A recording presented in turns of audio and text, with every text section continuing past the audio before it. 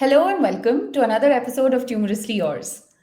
Today we have with us a firebrand, a cancer survivor, an author, a senior professional, and much more. Please welcome Meenakshi Mehta. Thank you so much, Meenakshi, for your time and your willingness to share your story. Thank you, Tamanna. The pleasure is absolutely mine. So, Meenakshi, to start off, tell us a little bit about yourself. What do you do? Where do you live? What type of cancer did you get diagnosed with? When it got diagnosed? And a little bit about your journey. Sure. So I like to introduce myself as Meenakshi. I always go with my first name now that even after my marriage. And because of that name or because it was destiny, I ended up in the south of India while the rest of my entire Khandan is in the north of India. And being living in Bangalore, Meenakshi stuck somewhere. They thought I look also a little South Indianish or Bengali or something like that.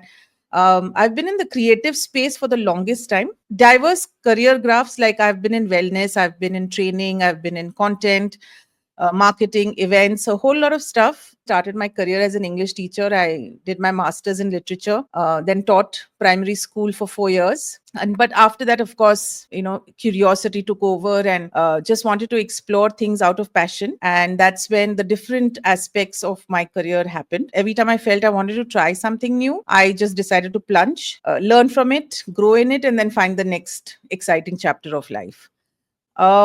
Cancer happened very interestingly. So the ear infection led me to a doctor, which led me to the gynec because I had nothing to do in the hospital. I was just so bored. So I said, let me go to the gynec. And then the gynec looked at me, and I mean, she must have thought I must be one illiterate woman who doesn't know that she has cancer or a lump. Series of tests within those 4 5 days, and then they said you have stage 3 breast cancer. Okay, that was that. The cancer had to happen for me to make sure I write my book before it's too late for me to write. I like how you've framed this entire thing. You must tell us the name of the book just so everybody who's listening knows it and can Oh, go read yeah. it. My book is called C for Courage. I'm going to take a minute to tell you why, because the doctor had said you have 6 months to live. So better just get yourself admitted. I was angry because the doctor told me I had 6 months to live. So I was very pissed off at him. So when I was talking to my husband and I said, what is this? Yeah, why are people making cancer such a big deal? And then I told him, I said, I don't want to be defined as a cancer patient. I don't want to be defined as a cancer survivor, nothing doing.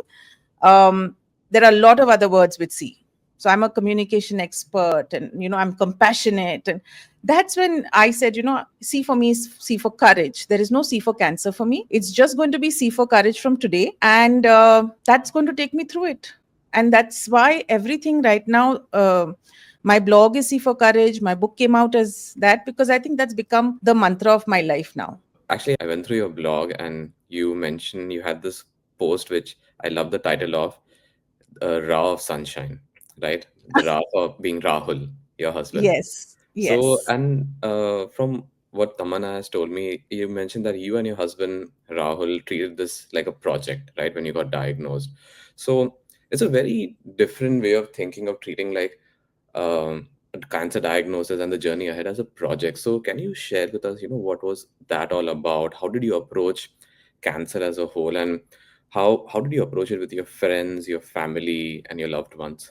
So Ra, I've been calling him Ra since I was 16 years old, Oh, and so Ra has always been Ra. Rahul is only when I have to introduce him to the world, and truly he was the sunshine at that point. So when we got diagnosed, and after my tantrum of saying it's going to be C for courage, and my tantrum of saying that I will live and I'm not going to go by some doctor's diagnosis, and so I had taken everything in my hands कि अब सब मैं करने वाली हूँ. I don't want anyone to tell me कि क्या होगा. And I'm also slightly alpha, so I know what I want and I run after it. And my husband recognizes that quality in me. He's the far more patient but very practical individual. So together, I think we made a great combination of addressing it practically rather than getting extremely emotional about it. See, the emotion hits you. But the point was that you face that emotion, you accept it instead of fighting it. Most people end up fighting the emotion. We just absorbed it. We said, yeah, okay, there will be days we will be struggling, but let's accept that, but let's put a plan in place.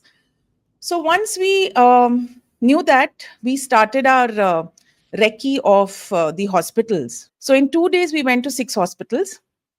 I had diverse experiences. The good part was everyone was giving me a different line of treatment. So then I realized there are options. Medically there are options to treat this, which was the learning, which was extremely helpful. There were doctors who told me that it's my fault, it's my doing that I have cancer. I don't have children, it's out of choice. So that was one of the reasons. They said, oh, you don't have children, so that's why you have cancer. And it was so annoying at that point. And I said, listen, um, I used the F word and I said, out of my life, out of the scene. So to go tell my mom Ah. that I have cancer was very, very, like it was so stressful. That was one of the most stressful points for me at that point, to go tell her that, Ma, I have cancer and I have to figure things out. So with my mom, I played it very cool. I just told her, oh, there's this small lump and it's a very small thing and it's a very small treatment. I was just very worried that she will break down. So my mom again took it as, "Ki theek hai, if you have to do it, let's just, put the wheels in motion." That gave me so much confidence. Then we broke the news to my brothers, his siblings. Um, so to cut a long story short, we had to tell people. We figured out a better way. Um, we didn't want people calling us. I didn't want anyone asking us, what does the report say? How bad it is? She going to live? None of those questions. So we brought the family together, which is my brother, sister-in-law, his mom, my mom. And we literally gave them an instruction that you're not going to share any information. For you, if someone calls you and says, how's Meenakshi doing? She's fine. Is she going for treatment? Yes. Only the monosyllable answers. If you want to rant, you please come to us and rant. Don't go to somebody else and start ranting that my daughter's unwell and she may die and all of those things. So fortunate that the family accepted. They accepted all these rules of mine. With the friends, we were very clear. We announced it to them, and then we made a group. So that group is called Meena's Happy People.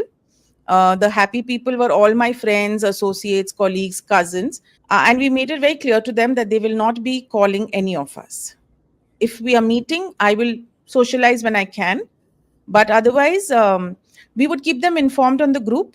I would definitely ask them for good vibes, prayers. I would write in the morning saying, guys, send me love, feeling low, or going for chemo. We kept them informed, but we kept them informed in a way where they didn't get too emotional. They didn't make us too emotional. And my husband was not saying the same thing.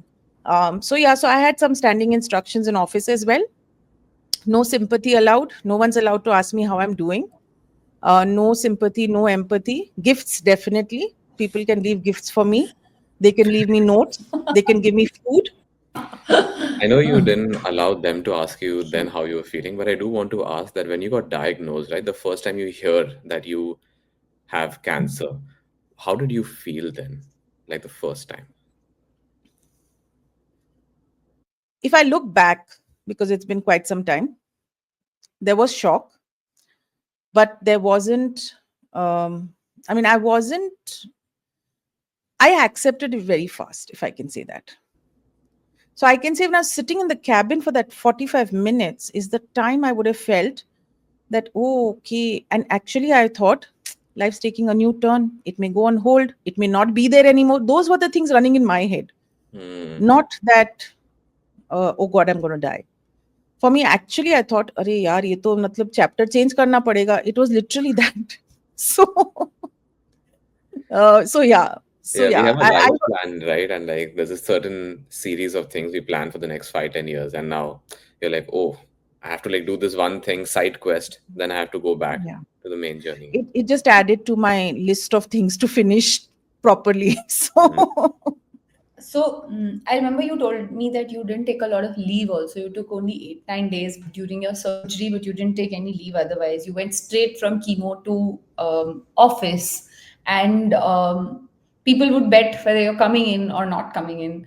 But through this, even though what you were doing was extremely brave, and when you look back at it, it's really, to an outsider, it feels extremely brave. But you would have been going through physical pain, you would have been going through emotional turmoil, because it You're human and you must be going through so many things at the same time while you are also working.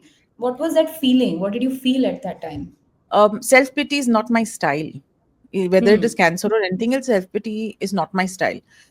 If something happens, I just find ways to manage it, not even deal Hmm. with it. I just manage it. Yeah. Physical pain, of course. I mean, nausea. My head used to swim the whole day. Like whole day, I'm nauseous, and Right. there's no taste in the mouth, and the body is so weak. Legs are hurting, and neck hurts, and everything hurts. Like as if you've been, bulldozed. And Yeah. yeah, so that was constant. That was a constant with me. But again, it's like saying that you're living with the bald look, so you're living with the pain as well.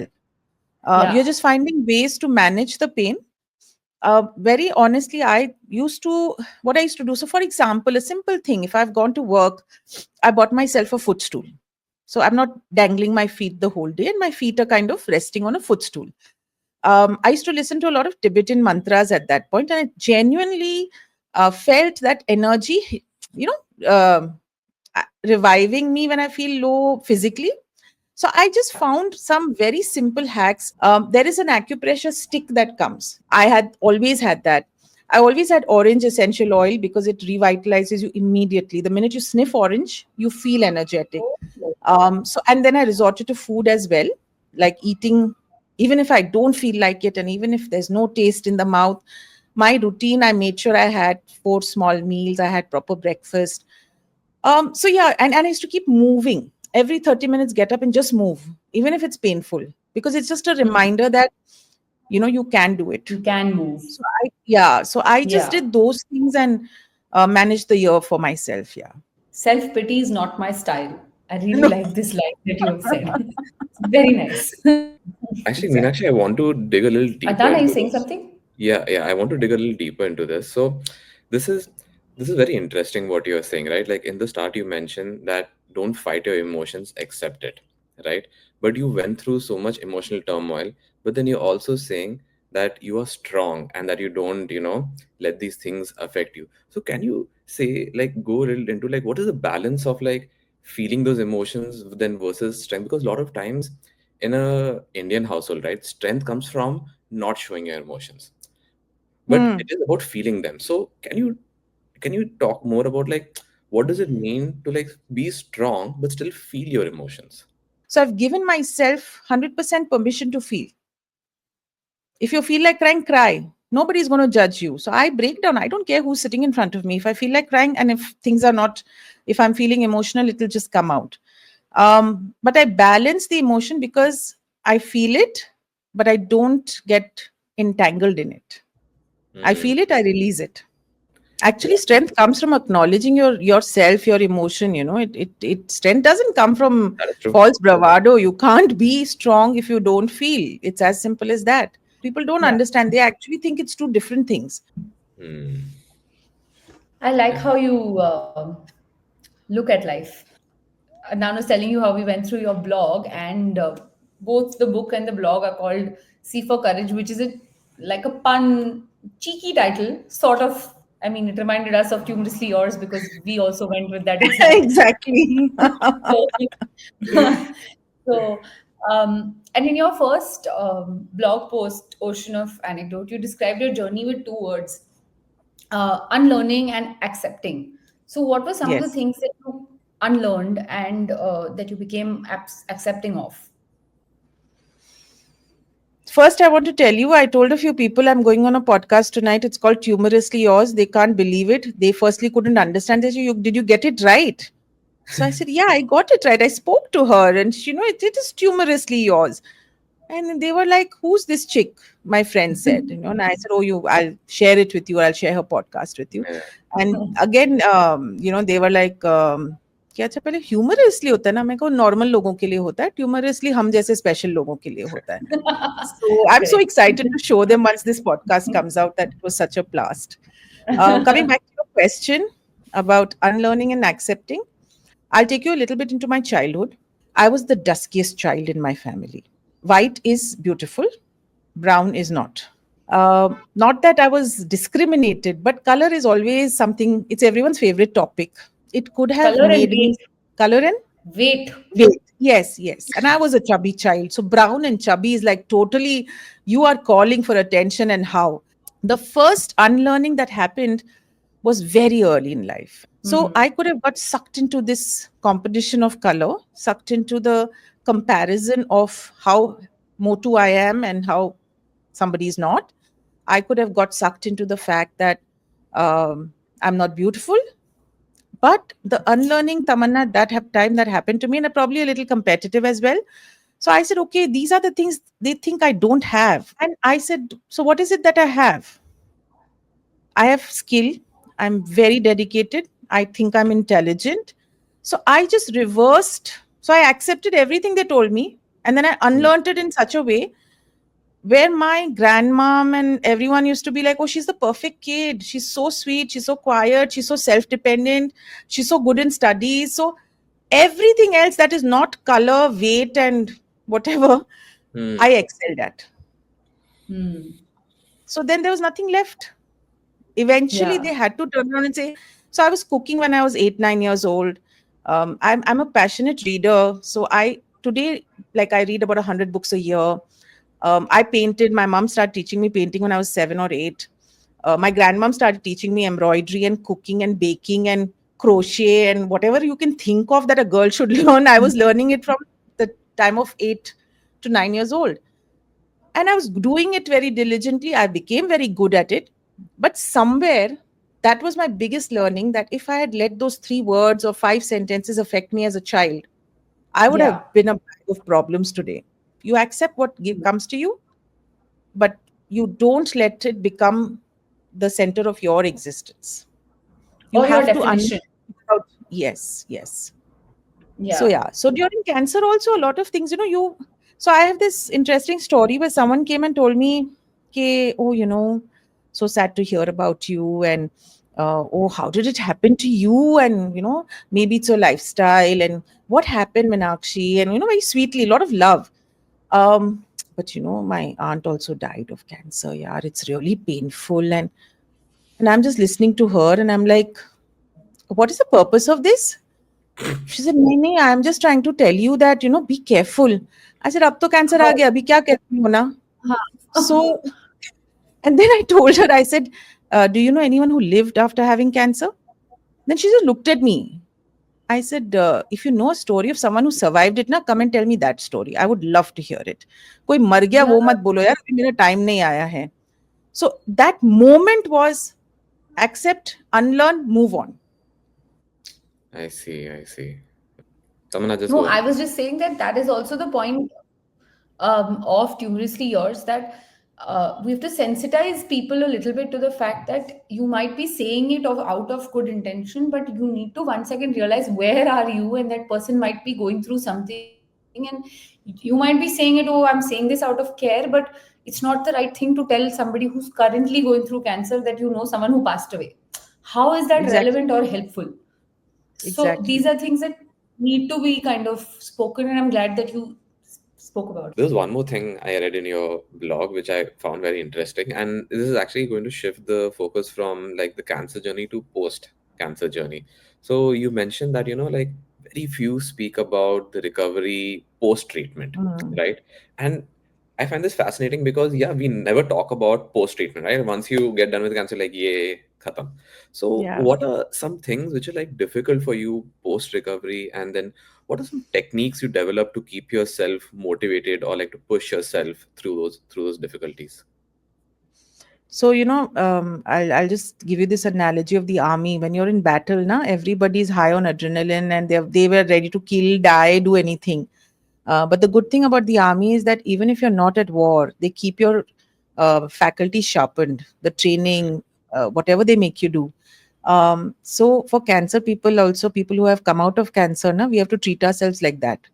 कि we fought the battle, we won it, झंडा गाड़ दिया, उसके Hmm. बाद क्या, उसके बाद भी रोज एक ड्रिल है, रोज एक डिसिप्लिन है, रोज एक एक्सरसाइज है. When I finished my cancer journey and when slowly the side effects started creeping in, is when I realized that nobody talks about this. No one told me that all this will happen. Within a year, I was a heart patient. I developed arrhythmia because of radiation in the chest. I developed breathlessness. My lungs don't function 100%. I can't go to Ladakh and be happy. No way, I can't. Your teeth, your gums, my gums are perpetually swollen, and my dentist is like, अरे but ये तो chemo का है ना. मतलब 3 साल बाद भी कीमो ही चल रहा है अभी तक.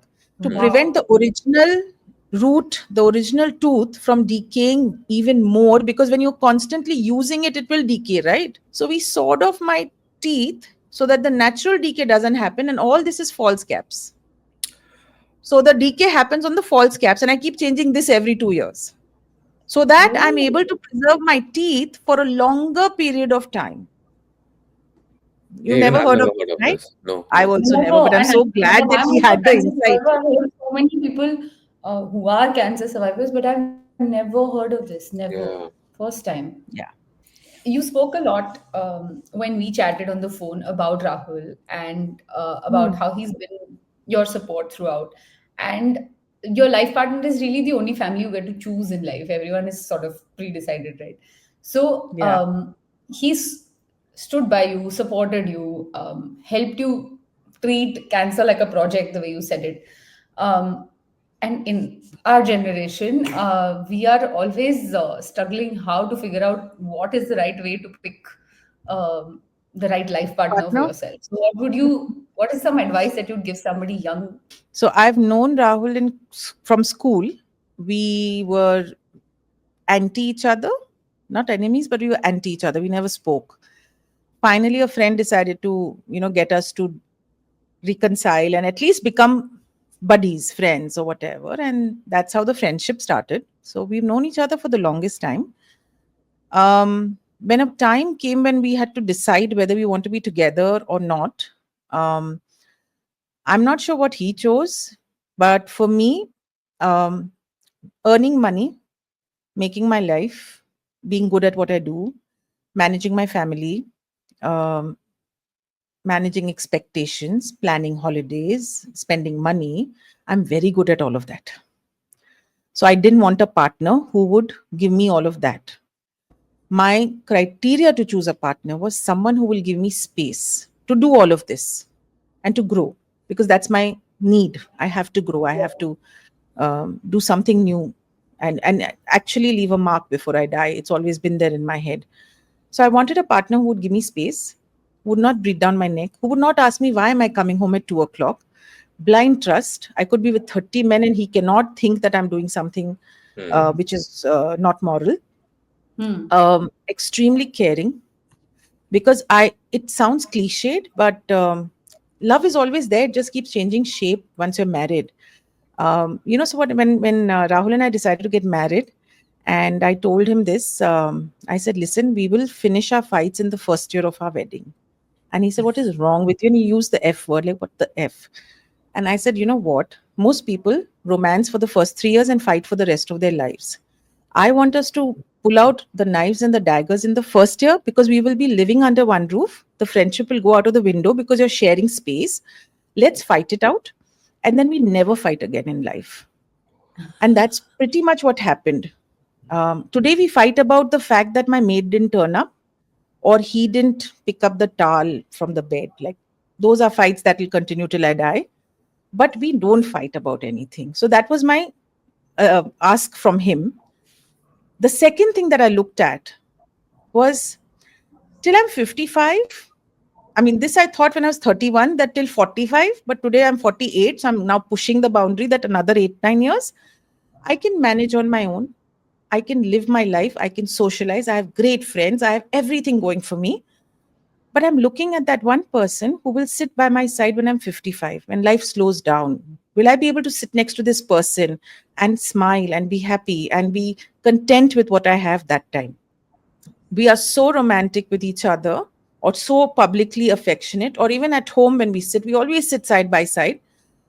We've celebrated one anniversary, two Valentines, never birthdays, because for us it's always been that एक दिन आप सब कर लो अपने spouse के लिए और फिर साल भर लड़ो, time से मत आओ, all of that. For us, we are like, नहीं, every day we spend 40 to 45 minutes together, and that's Hmm. quality time.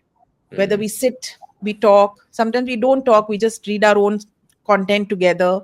Sometimes we just watch something, but we do that. We've been doing for ever since we came together. So that is my criteria to choose a partner, which I don't know if people will even agree, but that's how I chose Rahul. But you're not telling it for agreement. You're telling it because this is what you did, and it might help Yes. somebody somewhere. So that's okay. I'm just observing like a very common theme that you're the person who always says the glass is, it's half full. Fully. The clouds have a silver lining, and I think it's just amazing. Thank you Yeah, so really. much for your time and for your honesty and for just how candid you are and how Yeah, strong really, you really. are. Because that I'm sure everybody has told I you, hope but I just so don't get candid. into trouble.